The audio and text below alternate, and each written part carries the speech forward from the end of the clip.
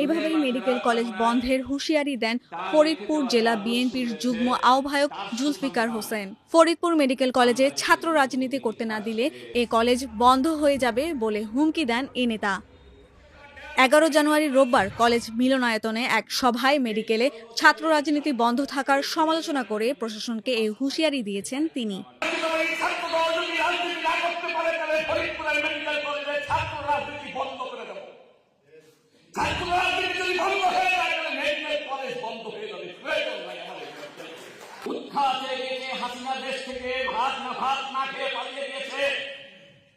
তাহলে কিসের ইশারায় এখন আমার ছাত্র বন্ধুরা এখানে আসতে সাহস পাচ্ছে না?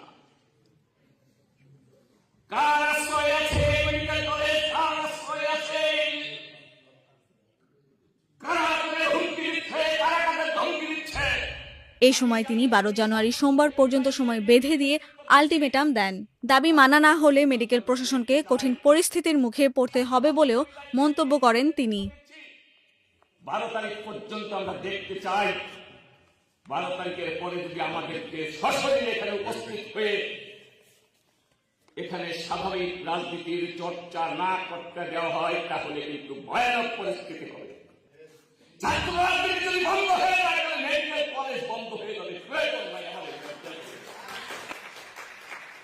মেডিকেল কলেজে রাজাকারের আশীর্বাদে রাজনীতি হবে আর মুক্তিযুদ্ধের সেক্টর কমান্ডার সংগঠন জাতীয়তাবাদী ছাত্রদল মেডিকেল কলেজে রাজনীতি করতে পারবে না, এটা হইতে দেব না।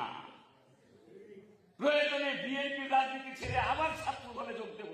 রোববার সাবেক প্রধানমন্ত্রী খালেদা জিয়ার রুহের মাগফিরাত কামনায় দোয়া মাহফিল ও আলোচনা সভার আয়োজন করে ডক্টরস অ্যাসোসিয়েশন অব বাংলাদেশ ড্যাবের ফরিদপুর মেডিকেল কলেজ শাখা।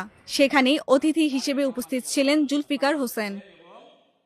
এর আগে 2024 সালের 24 আগস্ট কলেজের একাডেমিক কাউন্সিলের সভায় ফরিদপুর মেডিকেল কলেজে ছাত্র রাজনীতি বন্ধ করার সিদ্ধান্ত গ্রহণ করা হয়।